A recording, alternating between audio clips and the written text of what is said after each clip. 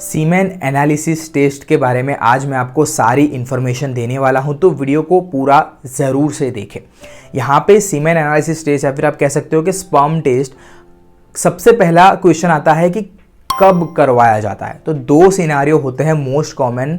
सबसे पहला, अगर कोई पेरेंट जो है वो कंसीव नहीं कर पाते हो तो दोनों मदर एंड फादर के टेस्ट करवाए जाते हैं, उसमें ये टेस्ट इंक्लूडेड होता है।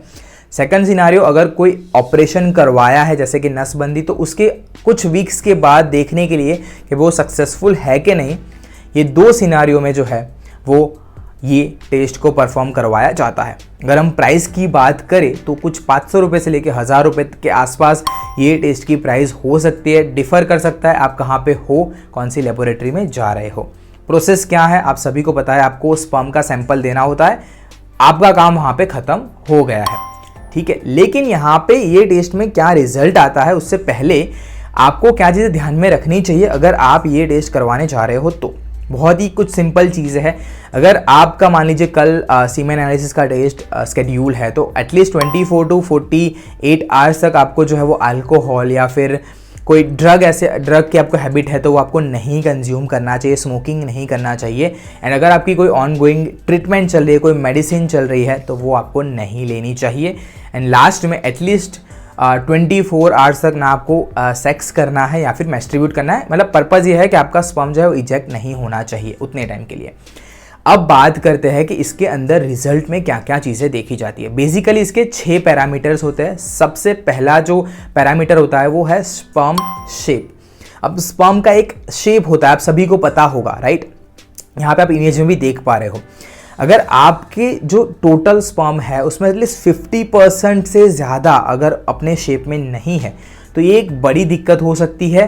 तो उस केस में आपको कंसीव करने में दिक्कत हो रही है क्योंकि स्पर्म का शेप जो है वो डिफरेंट है, तो वो एक रीज़न हो सकता है। सेकंड चीज़ जो है वो देखी जाती है वॉल्यूम, कि वॉल्यूम क्या है। एटलीस्ट अगर आप जब इजेक्ट कर रहे हो तो 2 मिलीलीटर जितना जो है वो स्पर्म बाहर आना चाहिए। अगर वो नहीं आ रहा है तो क्वांटिटी स्पर्म की कम है, ऐसा माना जाता है।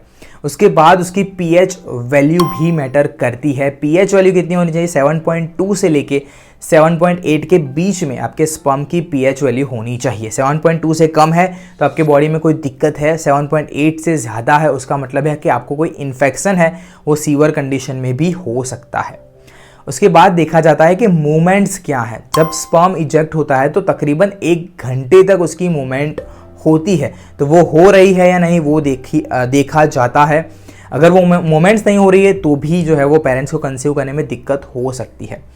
उसके बाद जो है वो देखा जाता है अपीयरेंस, कि उसका कलर वो क्या है। अगर येलो से लेके ग्रे तक का कलर होता है तो वो फाइन है, लेकिन अगर रेड और येलो है तो दिक्कत हो सकती है। येलो कलर इंडिकेट करता है कि आपको जॉन्डिस की बीमारी है। रेड है उसका मतलब है कि आपके स्पर्म में ब्लड जो है वो इंक्लूड हो रहा है, तो वो भी एक दिक्कत हो सकती है।